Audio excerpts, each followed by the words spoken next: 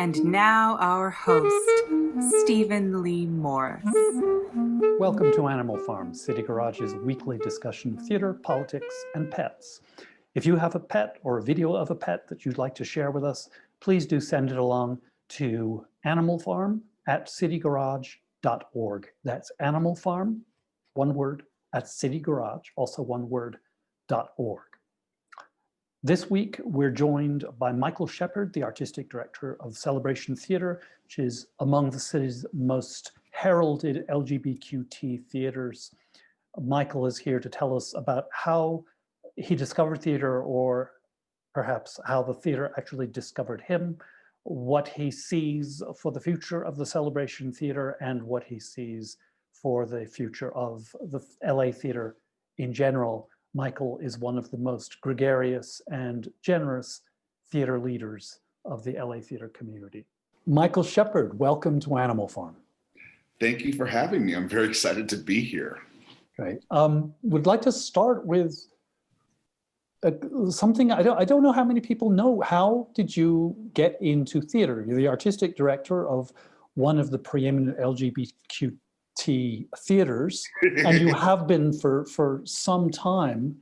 You took you stepped back, you got rehired, you went through, and the Celebration has been around since what, 1982? It's 1982, founded by Chuck Rowland. That's right. But there's some discrepancy whether it's Chuck Rowland or Chuck Rowland. I say Rowland. But it's, who knows? We just know that we honor his legacy and what he's created, and that having that, to lift up this company is really a great thing. Well, tell us how you discovered theater, and then how you discovered the Celebration Theater. Well, I discovered theater in second grade. Second grade was like, I got to play the horse that pulled Cinderella's carriage in the second grade play. And I got to pull it because I was the biggest of all the kids. But I got to dress up in some horse-like material. People who don't know, how tall are you, Michael? 6'6". All right. And I got to, dress up. You were that in the second grade? You were close to that in the second grade? I was probably about 5'6" in second grade. Yeah. I was super tall. Yeah. I was super tall, always. Which is odd because neither of my parents are tall. No. And neither of my grandparents are really tall. So we don't know, but all the kids are tall. Yeah. So we don't know how that happened. We just go, all right, somewhere along the way, some gene snuck in. But I got to play the horse that pulled the carriage, and the carriage was a wheelbarrow, and that was decorated to be, to look like, Cinderella's carriage. And I got to go around the gymnatorium, the cafeterium twice with that, and at the end, and this was interactive theater in the second grade. Yeah, and and they hug at the end in the front, and everyone stood up to take their bows, and I'm right there, and I take my bow, and it is absolutely only about me.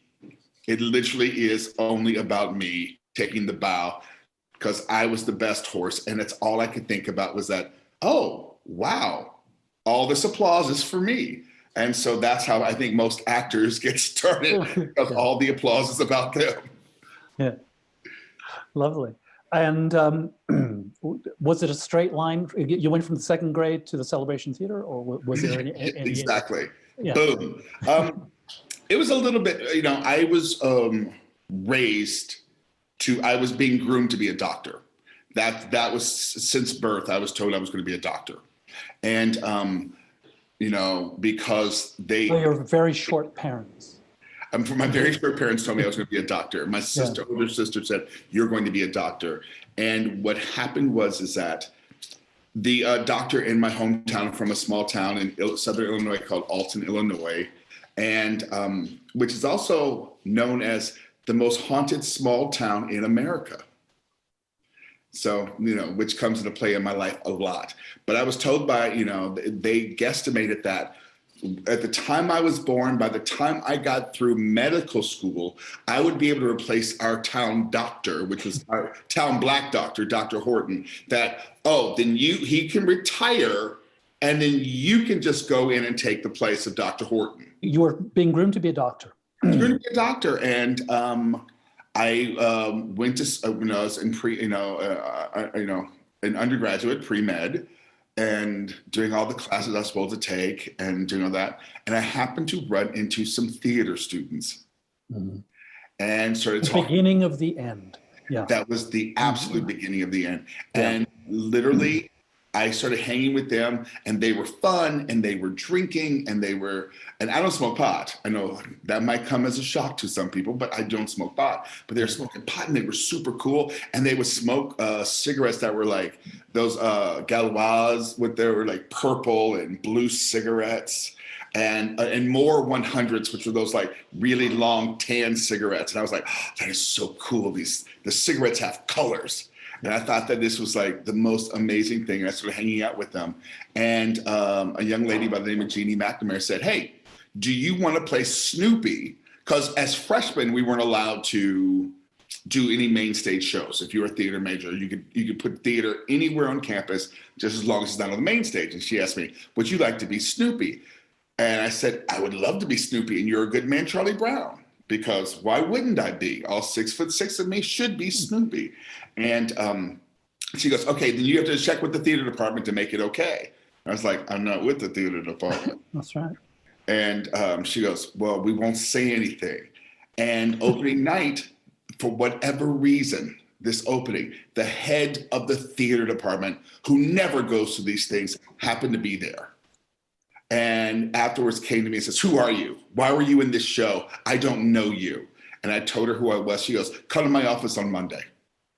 And I went to her office on Monday and changed my major to musical theater. And I didn't tell my parents for 2 years. Yeah. Didn't let them know. I just, everything's going along. And all right, so what happened when you broke the news to your parents? Well, they were not very happy. No one was happy. No one in my family was happy because like I said, I was being groomed to replace Dr. Horton, right, a Black doctor in Alton, Illinois. Because this is 2 years you've been doing this charade. Yeah. And then, but what, so there was a lot of anger and a lot of frustration and, people just going, I can't believe you would do this and that. And then afterwards I moved to Chicago, and my first acting gig was a 2-episode arc on ER as an EMT. And what I realized is that where a Black mother can get away with saying, my son's a doctor, maybe 1 or 2 times at church, but she can talk about her son being on TV ad infinitum. Did you see my baby on TV? Well, we recorded it if you want to come and watch my baby on TV. Because, he's on ER. He's on the ER. Come watch that. So you can use the refrain, but I play one on TV. Yeah. Exactly. So it's like, I said I didn't become a doctor, but, I played almost one on TV, and there you go. So did Chicago and that experience lead you to LA, or how did you get that was in Chicago. And then Chicago, I was in Chicago for several years, worked at a lot of the major theaters there, and had a really good time as an actor. And I was, and I bartended as well in Chicago. And then I did my first musical in Chicago. I was told that I couldn't sing forever. And so I never pursued singing in any way, shape, or form. And the only reason I took musical theater in college was because I could get into that program easier, switch over to that program. And so, but I never really sang. I never, I just, very timid about it. And then a friend of mine in Chicago, my friend Karen, said, hey, you need to be in this production of Ain't Misbehavin' I'm doing. I was like, no, I'm not. She said, yes, you are. I said, no, I'm not. And then my friend Doug Wood, who I grew up with, was the musical director. He called me and goes, you're going to be in this production. I go, I don't sing. He goes, yeah, it's fine. We'll figure out what it is you do. And turns out that I could sing. And producers from Five Guys Named Mo in New York happened to be at a performance one night and said, hey, and this is back in the good old days when they would fly you to New York for an audition if they really wanted you. So they said, hey, we think you should audition for Five Guys Named Mo in New York. We're doing a tour. We're looking for someone just like you. They flew me to New York, put me up for the day. I auditioned and I booked it that same day, and then moved to New York to start rehearsals for Five Guys Named Mo. Based in Chicago, you're doing a musical in New York. How did you get to LA and when?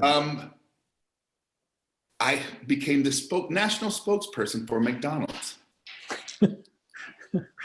I was the national So what happened is that I got this gig, and there were 3 of us that were hired, and you go around and you perform for all of the regional managers across the US and Canada.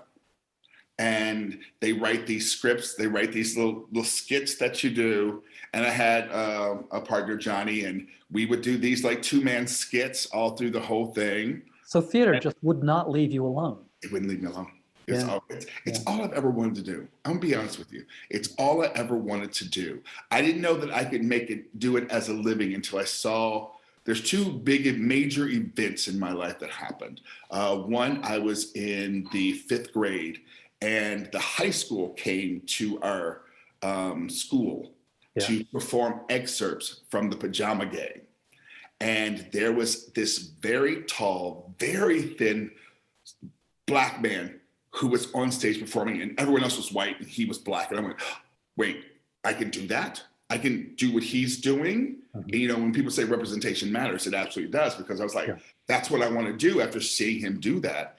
And then I saw a movie called Sparkle, the original Sparkle, not the new one, not that new one that had Whitney Houston and all those dolls in it. No, this was like, you know, Irene Cara era.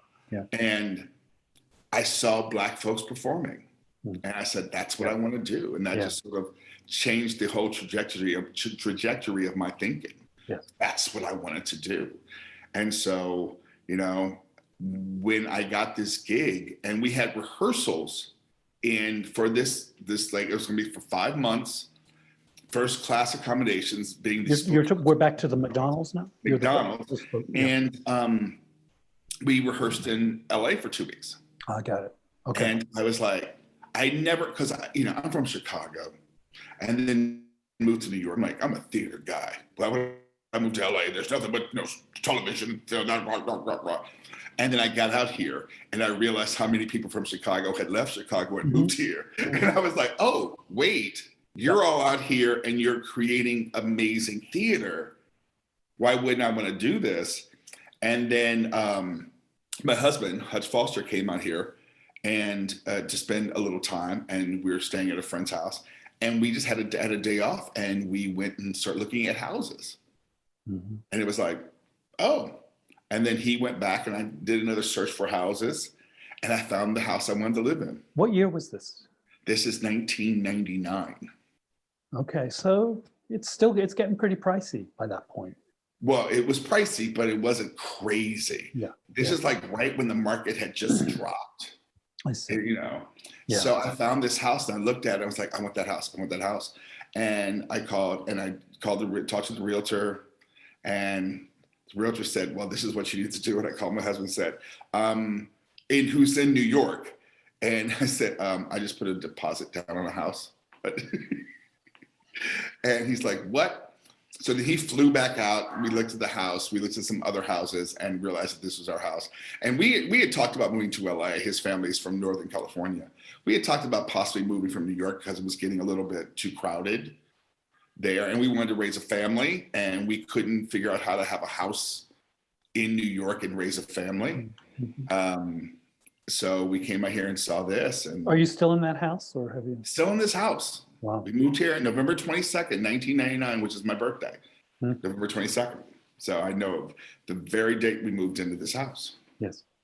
Fantastic. And then, so now you're in LA. How did you come across the Celebration Theater? Again, my whole life is a set of just like happenstance. People show up at a theater and go, oh, I like you. And I'll bring you to New York, or stupid things like that. I did a show, my second show in LA. It was called Steel, The Legend of John Henry. And I got nominated for an Ovation Award.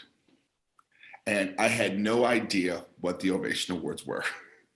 And I get a phone call, you've been nominated. I was like, okay, had no idea. And literally it was like, and then a couple of actors I had worked with said, oh no, this is a big deal. You should go. It's going to be fun. And I was like, okay, I'll go. And I ended up winning. And that night, no one knew who I was and no one really was talking to me. But my husband started a conversation with the former artistic director of Celebration Theater. And they all of a sudden they're talking, and he goes, well, I think Hutch should go come and audition for me for this show. So Hutch actually did 2 shows at Celebration before I even came along. No one wanted to talk to me at Celebration. And then the opening night of his second show, which was called Buddies, it was Michael Matthews. It was Michael Matthews' first night there at the theater to see a show. And at intermission, we just happened to strike up a conversation at intermission. And we both realized we had Chicago roots, and we knew a lot of the same people. We had a lot of the same teachers. And finally, he just from the beginning of intermission to the end of intermission, he had offered me the lead in his first show at Celebration. And I was like, you don't know me. You don't know if I can act. He goes, that's fine. I know you can. And when was that? When was that? And what was the show? The show was 4. And that was in 2002. Yeah, that's about right. 2002. So when did you take over as artistic director at the theater? Oh God, 2007. Right.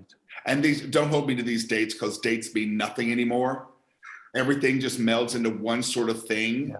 You know, I have to keep asking people, has Celebration been around 35, 36, or 37 years?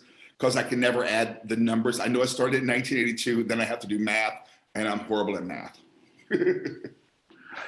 You are involved in ATLA, the Alternative Theater LA, which is a consortium of companies, and they have weekly conversations, as I understand, and they've done a digital festival. And where's that headed? It was created to address the isolation from the pandemic, and to keep people in touch, so as people just didn't wither and die. The institutions didn't wither and die. How's that going, and what direction is that going for the sustainability of the theater community? Well, ATLA has been meeting every Tuesday morning at 10 a.m. for an hour or an hour, 15 minutes. And it started off as just about 10 to 12 artistic directors who got together, just sort of like, just have a camaraderie of like, doors are closed, what are we going to do now? Right. And then as when people started hearing about it, it grew and grew until there's about, I think there's over 45 theaters represented now in this group that show up. And at any given meeting, there's about 60 to 75 people who are in the room. I always say it's the brainchild of Gary Grossman. Gary Grossman, who brought these people together originally. So that's, what he did. Right. And, but it's grown into this great thing. And one of the things that I love about this group is that there are so many theaters involved now that I had no idea existed. Zero idea. And now I get to have conversations with these amazingly smart and really energetic, theater creators in LA that I was like, why didn't I know you before when I was working on this project or when I was doing this thing? And so that's been the best thing. And out of that grew the idea that, well, we should do a festival of digital shorts that were created just for a Zoom format.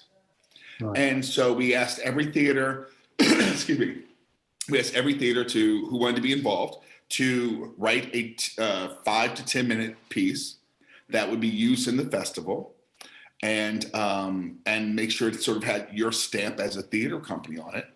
we did that. We ran it over 3 weekends. We had celebrity hosts coming in. We raised money for Color of Change. I think we raised over $8,000 for Color of Change doing this.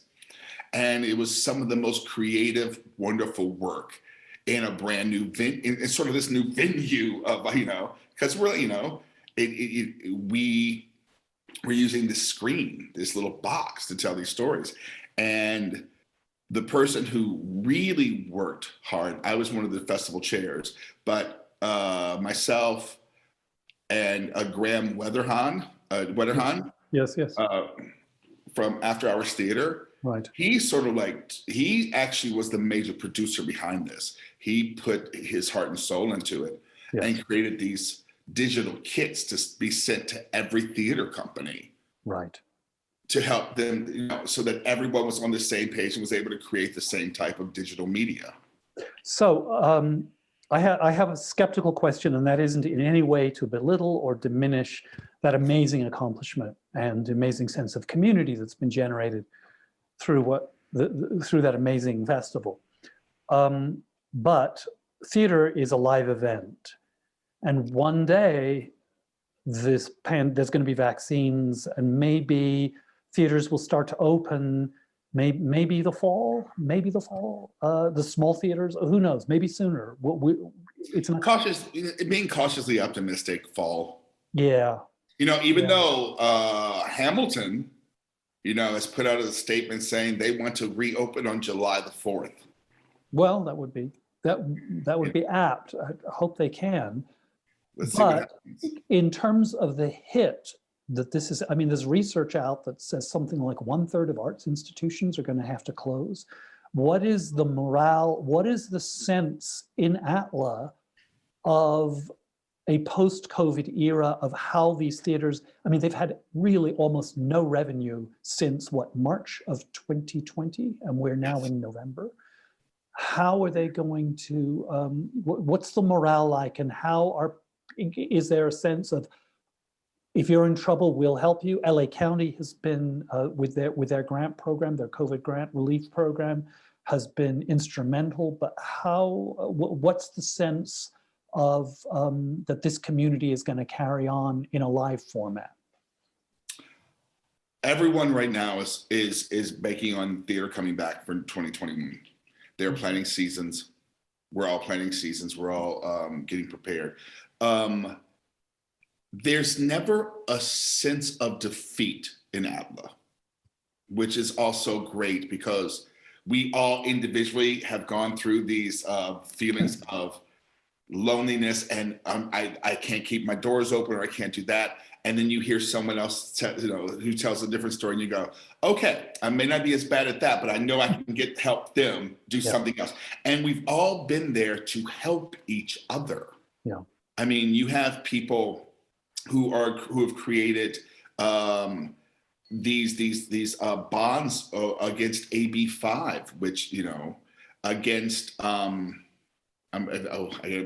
have to be careful with certain things that I say. That but AB5 is the biggest thing that could probably destroy small theater in Los Angeles. Mm-hmm. That would be it. And its major supporter is Actors Equity. But that's another whole story, which I am probably not allowed to get into the weeds about, but it's something that if you ever had Vanessa Stewart on your show, I think that would be somebody great to interview. Thank you. And talk about that. Yeah. And Beatriz Casagran, they are the people who are spearheading these conversations towards what can we do to stop AB5 and to keep small theaters alive in Los Angeles. What's going to come out of this is a lot of partnerships. Mm-hmm. And a lot of partnerships with each other, with theater companies coming together. I mean, you've already seen it start to happen. Yeah. Now, and companies coming together to produce together. Celebration will be collaborating in 2021 with a couple of theater companies as well. We're talking about that right now. I can't announce what those are, but they're heavily under production right now.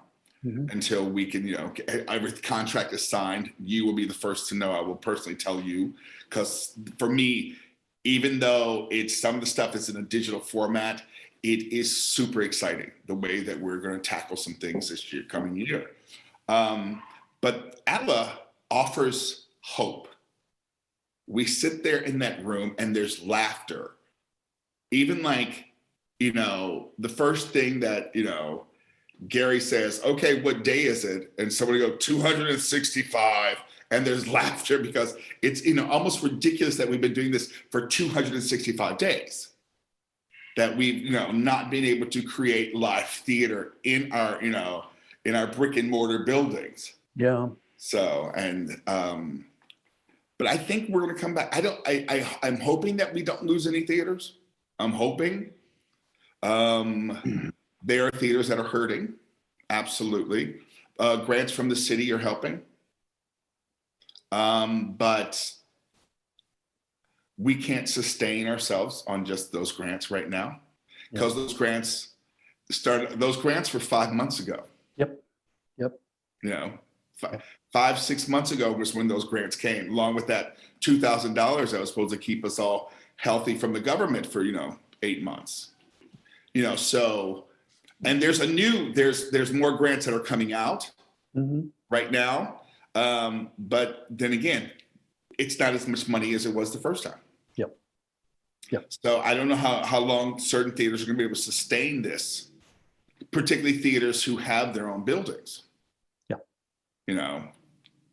So, but I know that every Tuesday that I go into this meeting, I'm coming away feeling better about the situation. I'm coming away feeling a camaraderie with other companies, and that we're looking out for each other. And that makes me feel good. Good.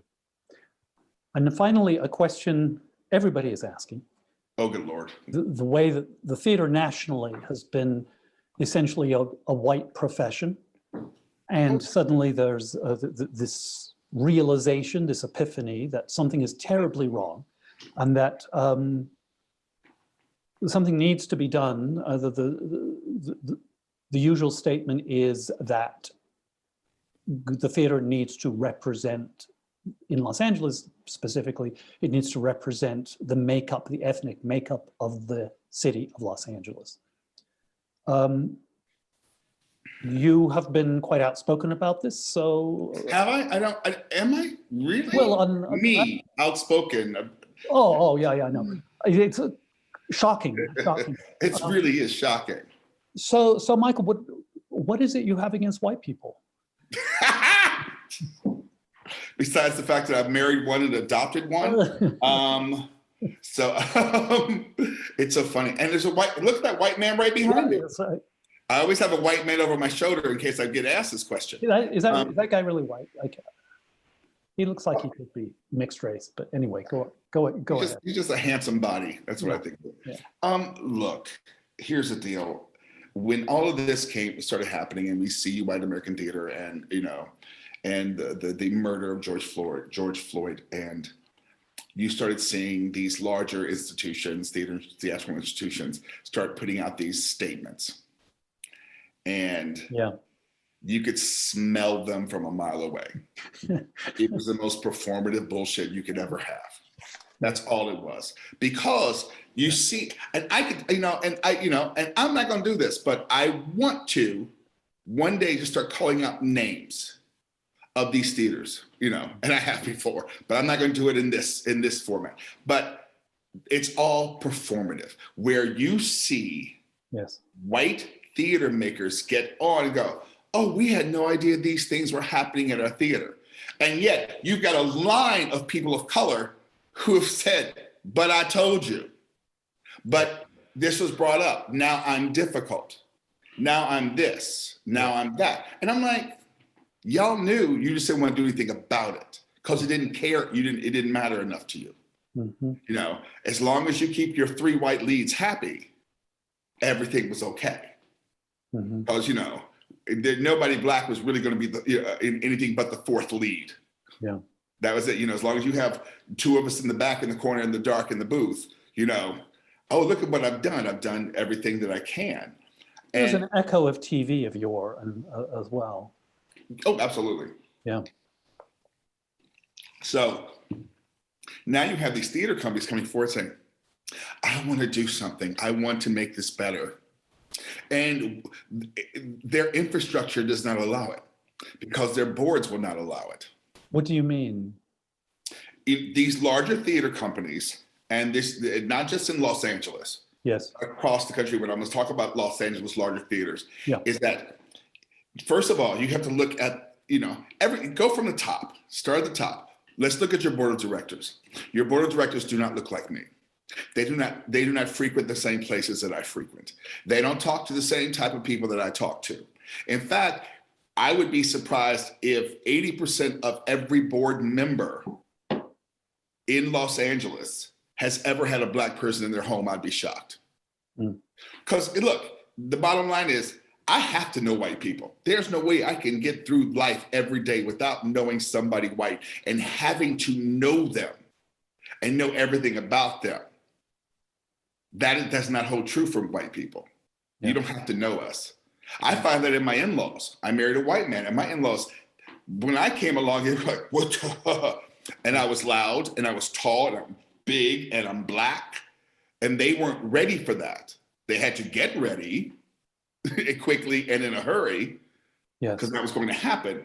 But I tell you, it's like, so start from that. Those boards don't understand anything. They see everything through the lens of someone from 1954. That's what they're seeing. They want to see White Christmas on stage, during the holidays. They want to see Mamma Mia in the summer, and every February throw in a sister act, because that has 2 Black folks in it, apparently. These are the larger institutional theaters that you refer to. But then again, in the smaller institutions, in the 99-seat theater world, those same things apply. Okay. So those same things apply. We all want to have diverse boards, and it's hard. It's very difficult. And even in the conversations that I have, because, I have issues with my board at Celebration Theater. I have issues with my board. They're doing better, but it's still mostly white men. But that has been the constant throughout the years, where you have a Black artistic director who they actually listen to. And I say, okay, this is where theater is headed. This is where we're going. And they listen and they care. They still present white, but they're actually actively listening.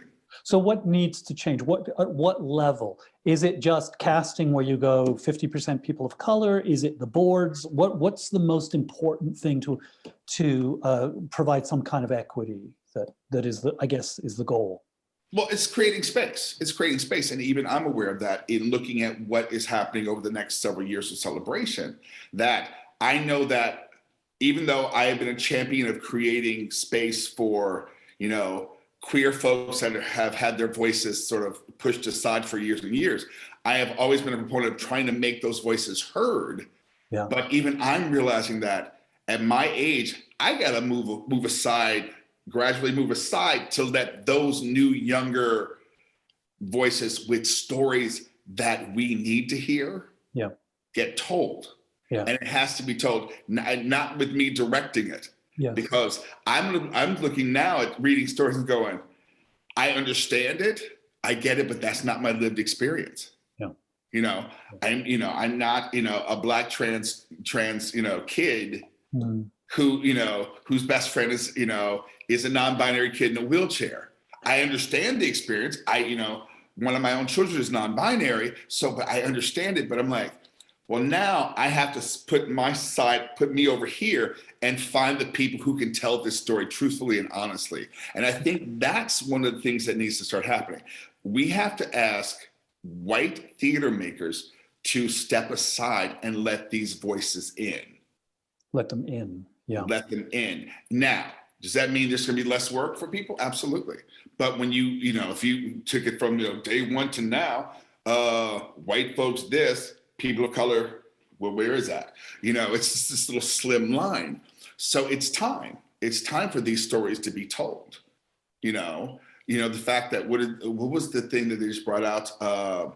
That it's 98.9% of all Broadway musicals are directed by men. Mm. You know, white men. Yes.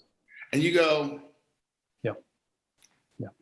no, you know, and some of the things could be completely mediocre, and yet those white men are asked to come back again and again and again. Yeah.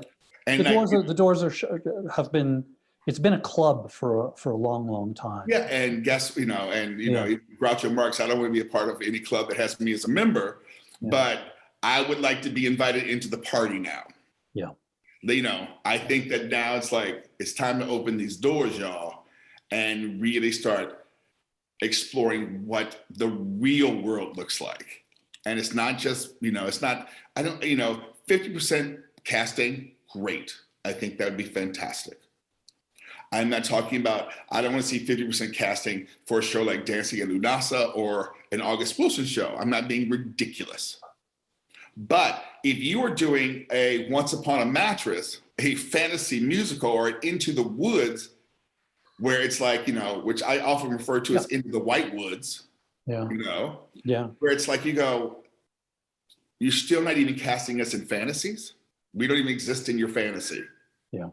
So it's like, I think that, you know, we have to look at the new stories that are being told. We have to look at these new playwrights that are coming out, particularly in Los Angeles. I mean, if people don't know, I mean, Larry Powell, if people are not looking at Larry Powell and Donja Our Love and Roger Q. Mason and all these other people, these new playwrights who have so much to say, the beauty of their words, I don't know what, you know, it's like, you know, are we going to do yet another Music Man on Broadway starring two white people? Yeah. Michael Shepperd, thank you so much for joining us. Thank you. I'm so glad I could be here. Next week, we're joined by Angie GASPER-MILANOVIC, who is the Director of Grants and Professional Development for LA County's Department of Arts and Culture. She'll be joined by her colleague, BRONWYN MAULDIN, who oversees research and evaluation that utilizes data and social science methods. Together, they'll be discussing the ecosystem of the arts in Los Angeles County from an empirical point of view and how it's faring in the wake of the pandemic. And to close out this week, we honor Suzanne Schulten's dog, Max Beckman, who died on November the 23rd, and I'll close out with Susanna's own words. I rescued Max Beckman, or he rescued me, in 2013 from the South LA Animal Shelter. He was a senior Labrador Shepherd mix with minor medical problems. He was a very strong dog, but extremely gentle, sensitive, and loving. He was friendly and welcoming to all other dogs and most human beings. I believe that dogs come into our lives to show us love. All that we love deeply becomes a part of us. Their love is pure, and they are a true test of our mortality, since they live on our mercy. They live in the moment. Humans can't do that, so they invent hope. The bond with a dog is as lasting as the ties of this earth can be.